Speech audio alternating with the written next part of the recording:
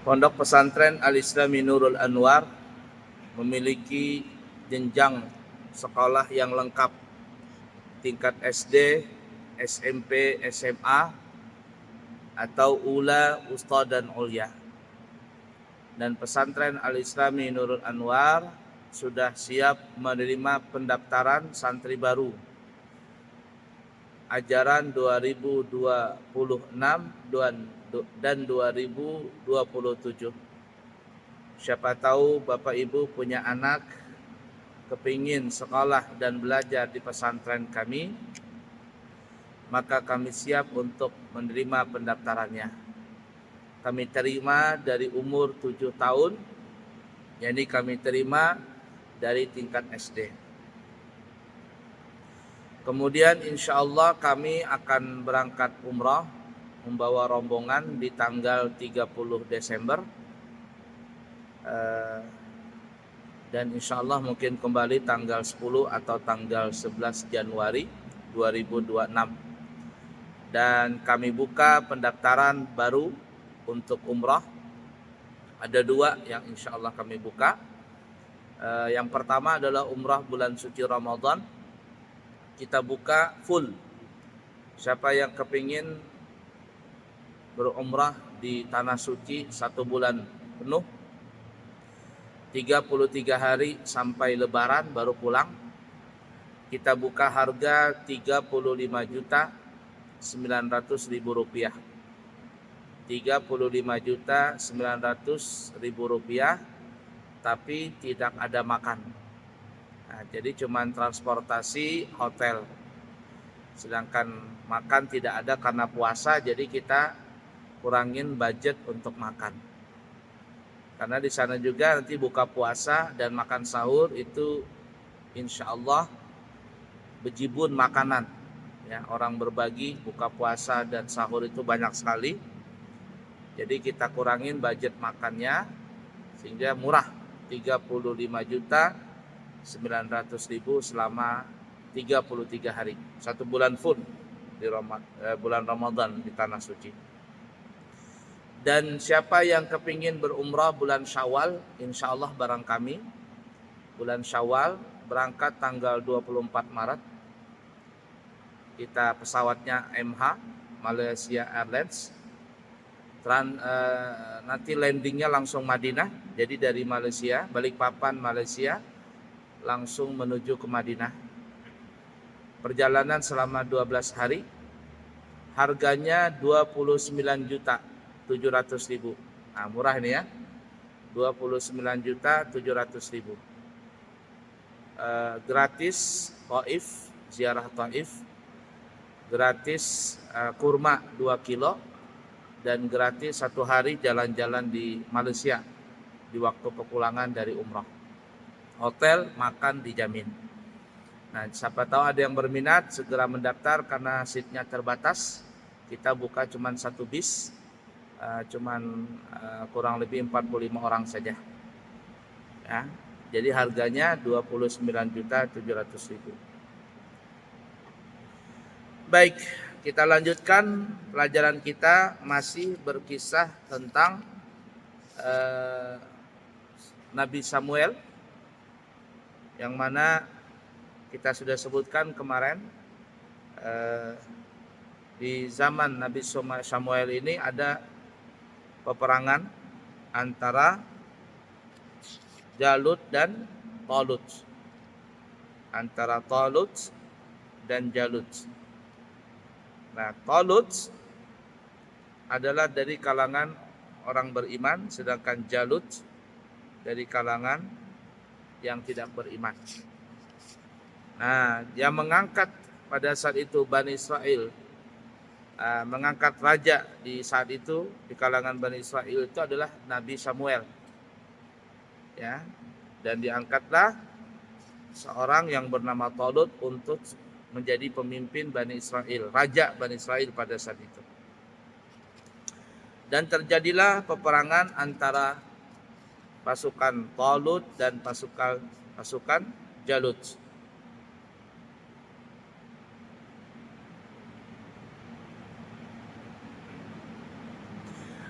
Dan di pasukan Talut, kita sebutkan pada pertemuan yang lalu, ada salah satu seorang pemuda yang bernama Daud.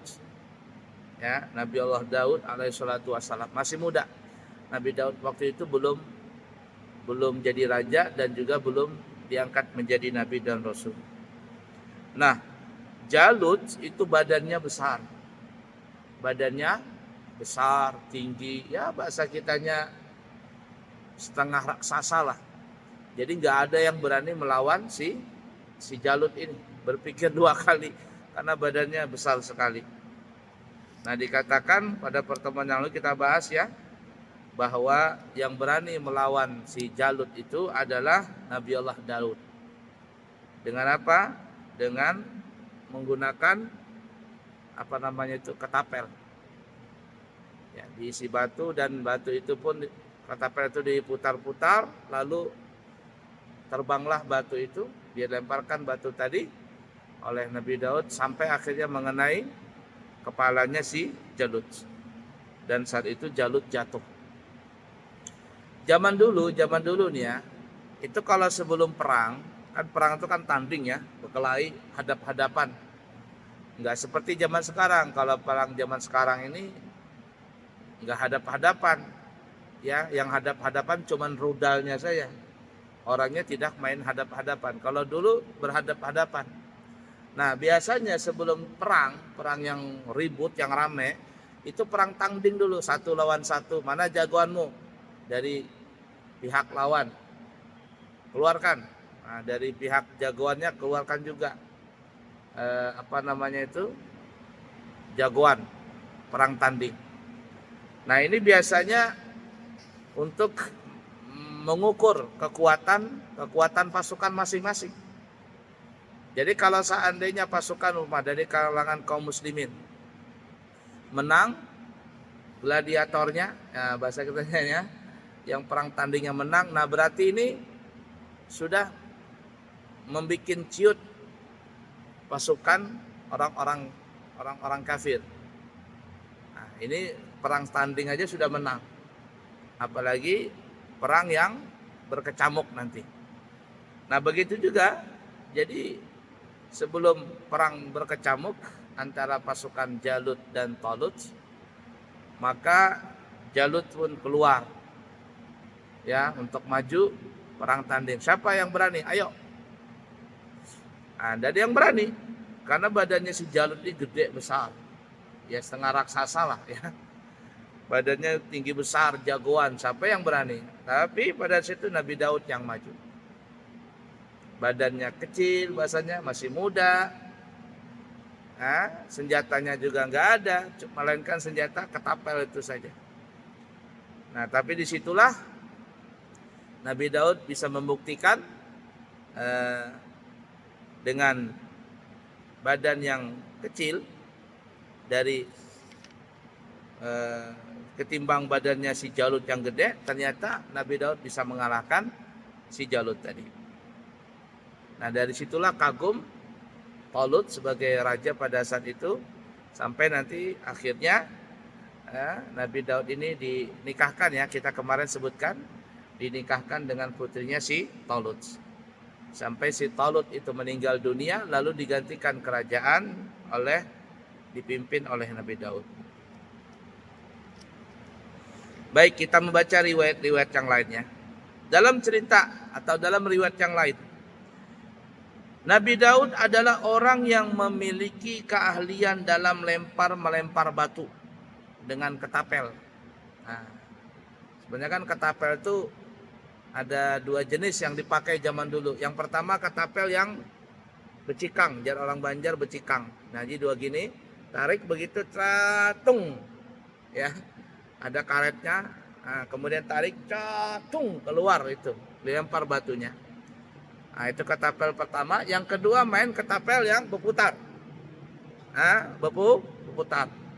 Jadi pakai tali atau pakai karet begitu, watung dilempar. Ya, talinya dilepaskan, kemudian batu pun melesat untuk menghantam musuh.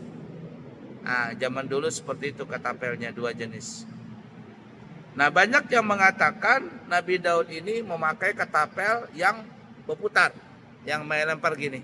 Bukan ketapel yang bercikang, bukan yang cikang begini, tapi yang berputar.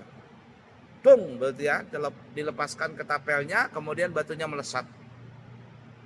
Nah, Nabi Daud ahli dalam permainan seperti itu. Ketika ia sedang berjalan bersama orang-orang Bani Israel, ia mendengar suara batu memanggilnya. Jadi ada batu. Wahai Daud, Nabi Daud. Nabi Daud masih muda. Bahkan mungkin pada saat itu belum juga diangkat menjadi Nabi dan Rasul. Ya, seperti Nabi Muhammad. Masih kecil itu kan Nabi Muhammad. Batu-batu, pohon-pohon mengucapkan salam kepada Nabi Muhammad. Apalagi pas Nabi Muhammad dibawa oleh Halimatus Sa'diyah dari kota Mekah menuju kampung Bani Sa'ad. Nah, itu kata Halimatus Sa'diyah dalam Maulid kitab Syaraful Anam, aku tidak melewati lembah, gunung, kecuali pohon-pohon, batu itu ngucapin salam semuanya kepada Nabi Muhammad. Assalamualaikum ayuhan Nabi wa rahmatullahi wabarakatuh. Batu berbicara. Nah, Nabi Muhammad belum dilantik lagi menjadi Nabi dan Rasul. Dilantiknya kapan? Di umur 40 tahun, di malam bulan suci Ramadan, di 17 malam bulan suci Ramadan. Di Jabal Nur, tepatnya di Gua Hira. Nah, disitulah resmi Nabi Muhammad menjadi Nabi dan Rasul. Nah, bisa juga jadi di sini Nabi Daud belum menjadi Nabi dan Rasul. Ketika beliau berjalan dengan Bani Israel, tiba-tiba ada batu berbicara, wahai Nabi Daud, bahasa kitanya nih ya, wahai Daud, ambillah aku ini. Batu ini ngomong, ambil, bawa aku ini. Denganku engkau akan dapat membunuh Jalut. Nah, nih, ambil ini. Ini aku batu sakti nih. Aku nanti bisa menjadi perantara untukmu supaya engkau bisa membunuh Jalut. Maka ia pun, Nabi Daud tadi, mengambil batu itu. Nah, tiba-tiba batu-batu yang lain juga bicara. Ya, batu yang lain juga bicara. Kepingin diambil juga, Nabi Daud, aku bisa juga digunakan sebagai ketapel, peluru ketapelmu itu untuk membunuh Jalut. Ya, bisa juga. Batu-batu yang lain akhirnya berebut untuk diambil oleh Nabi Daud. Tapi dikatakan Nabi Daud cuma mengambil 3 buah batu saja, lalu menaruhnya di dalam kantongnya. Nggak banyak-banyak. Karena batu ini berjanji. Batu ini berjanji, aku bisa membunuh si Jalut. Jadi walaupun ibarat kata Nabi Daud ya, Nabi Daud ini main-main aja melemparnya, batu ini nanti dia akan melesat sendiri untuk mengenai Jalut itu. Ya, mengenai musuh yang bernama Jalut itu. La ilaha illallah. Nabi Daud ya. Dan juga ya, salah satu mukjizat Nabi Daud, nanti beliau diangkat menjadi Nabi dan Rasul ya. Salah satu mukjizat Nabi Daud ini, beliau mempunyai suara yang sangat merdu. Suara yang sangat merdu. Jadi kalau beliau membaca kitab Zabur, kitab Zabur itu bahasanya bahasa Kipti. Para ulama sejarah mengatakan kitab Zabur yang diturunkan kepada Nabi Daud itu bahasanya bahasa Kipti. Kipti itu adalah bahasa Mesir kuno. Bahasa Mesir kuno. Kalau zaman sekarang kan Mesirnya bahasa Arab. Jadi Mesir kuno bahari. Bahasa Kipti itu. Kalau Nabi Musa kitabnya kitab Taurat, bahasanya bahasa Ibrani. Kalau Nabi Isa Injil kitabnya, bahasanya bahasa Suryani. Bahasa Suryani. Kalau Nabi Muhammad Al-Qur'an bahasanya bahasa Arab. Nah, kita kembali. Jadi dalam riwayat dikatakan salah satu mukjizat Nabi Daud itu adalah beliau mempunyai suara yang sangat merdu. Jadi dikatakan kalau Nabi Daud itu membaca kitab Zabur, maka burung-burung semuanya berhenti berkicau. Ya, burung-burung berhenti berkicau. Biasa kan kalau identik kita mengiaskan suara bagus itu adalah seperti suara burung. Karena burung itu kan dilombakan suaranya. Dilombakan suaranya untuk kemerduan burung itu. Nah, jadi ketika Nabi Daud baca kitab Zabur, burung-burung berhenti berkicau, tidak berkicau.